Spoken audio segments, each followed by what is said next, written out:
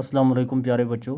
आज हम 7th math exercise 5.1 page number 145 7th math का ये यहाँ क्वेश्चन नंबर 6 से आज हम शुरू करते हैं। एक्सरसाइज है 5.1।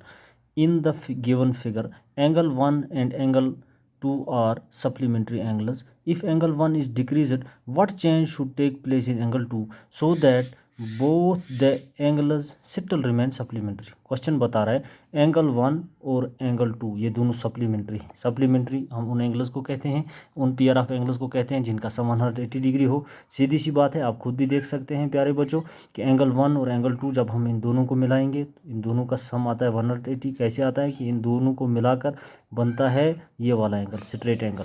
स्ट्रेट एंगल जो है वो 180 डिग्री होता है। तो क्वेश्चन बता रहा है अब अगर हम एंगल 1 को डिक्रीज करेंगे, कम करते जाएंगे, बताओ जी एंगल 2 में क्या चेंज आएगी ताकि ये दोनों एंगल 1 कम करने के बावजूद भी फिर भी ये सप्लीमेंट्री रहने चाहिए।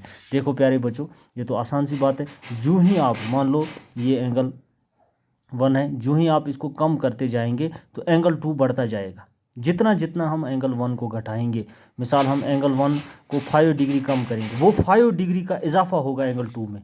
अगर हम एंगल 1 में 10 डिग्री कम करेंगे, एंगल 2 में 10 डिग्री बढ़ जाएंगे और दोनों ये सप्लीमेंट्री रहेंगे। यानी जितना हम डिक्रीज़ करेंगे एंगल 1 को उतना इंक्रीज़ होगा, उतनी ही डिग्रीज इंक्रीज़ होंगी एंगल 2 में। तो हम लिख सकते हैं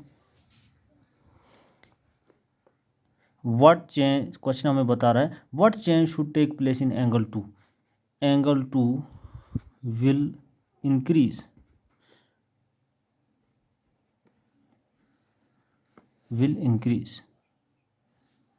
एंगल 2 जो है ये बढ़ता जाएगा। कितना बढ़ेगा? जितना हम एंगल 1 को कम करते जाएंगे।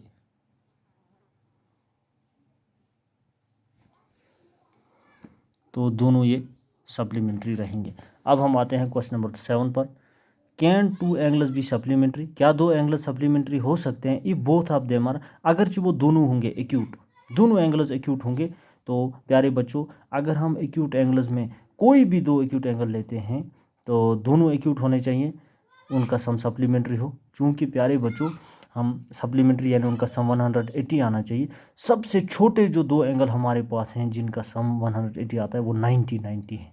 तो 90 जो है वो है राइट एंगल, वो एक्यूट है नहीं। लिहाजा क्वेश्चन नंबर 7 का जो पहला पार्ट है यानी दोनों एक्यूट होंगे, तो ऐसा मुमकिन है? नो, ऐसा मुमकिन नहीं है। दूसरा पार्ट बता रहा है ओब्ट्यूस। अगर दोनों ओब्ट्यूस होंगे, ओब्ट्यूस मतलब 90 से बड़े होंगे, 91 और 91 को अगर हम ऐड करते हैं यानी जो सबसे, यानी अगर हम छोटे से छोटा ओब्ट्यूस 2 एंगल, छोटे से छोटे 2 ओब्ट्यूस एंगल लेते हैं, उनका सम भी 180 से बड़ा आता है। कोई भी ऐसे 2 ओब्ट्यूस एंगल हमारे पास, हाँ एक एक्यूट हो एक ओब्ट्यूस हो, वो मुमकिन है। दोनों ओब्ट्यूस हो, क्वेश्चन बताता है बोथ ऑफ देम आर ओब्ट्यूस, दोनों ओब्ट्यूस एंगल हैं।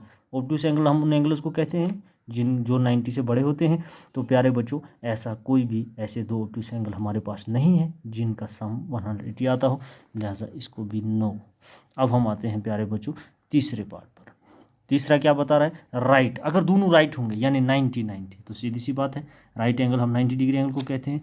तो 90 और 90 का सम होता है 180, इसको आएगा यस। अब हम आते हैं क्वेश्चन नंबर 8 पर। क्वेश्चन नंबर 8 क्या बता रहा है? An angle is greater than 45 degree. एक एंगल है वो 45 डिग्री से बड़ा है। Is it is complementary angle? जो इसका दूसरा एंगल, जो इसका कम्प्लीमेंट्री एंगल होगा 45 डिग्री का, ग्रेटर देन 45 और इक्वल टू और लेस देन 45 डिग्री। सवाल बता रहा है एक एंगल है वो 45 डिग्री से बड़ा है। क्योंकि सबसे पहले हमें ये जानना होगा 45 डिग्री जो है इसका कम्प्लीमेंट है, इसका कम्प्लीमेंट्री एंगल जो है वो है 45 ही, इसका अपना आप ही, क्योंकि 45 और 45 होता है 90। 45 + 45 = 90। कम्प्लीमेंट्री हम उन एंगल्स को कहते हैं जिनका सम 90 डिग्री हो। लिहाजा 45 डिग्री का कम्प्लीमेंट्री है 45 ही। अब अगर 45 से बड़ा हम कोई भी एंगल लेते हैं, उसका जो कम्प्लीमेंट्री होगा ऑब्वियसली ना वो 45 से बड़ा होगा ना वो 45 के बराबर होगा, बल्कि वो 45 से छोटा होगा। तो हम लिखेंगे क्वेश्चन नंबर 8 सॉल्यूशन।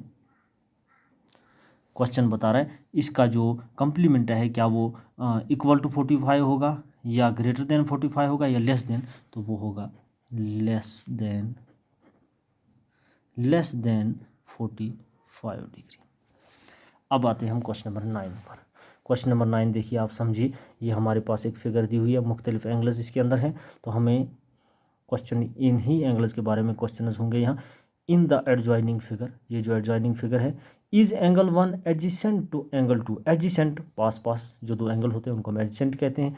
देखिए क्या बोल रहा है, एंगल 1 और एंगल 2 एडजेसेंट है, हाँ है, दोनों पास पास है, लिहाजा इसको यस, पहले पार्ट को यस। दूसरे पार्ट पर आते हैं हम।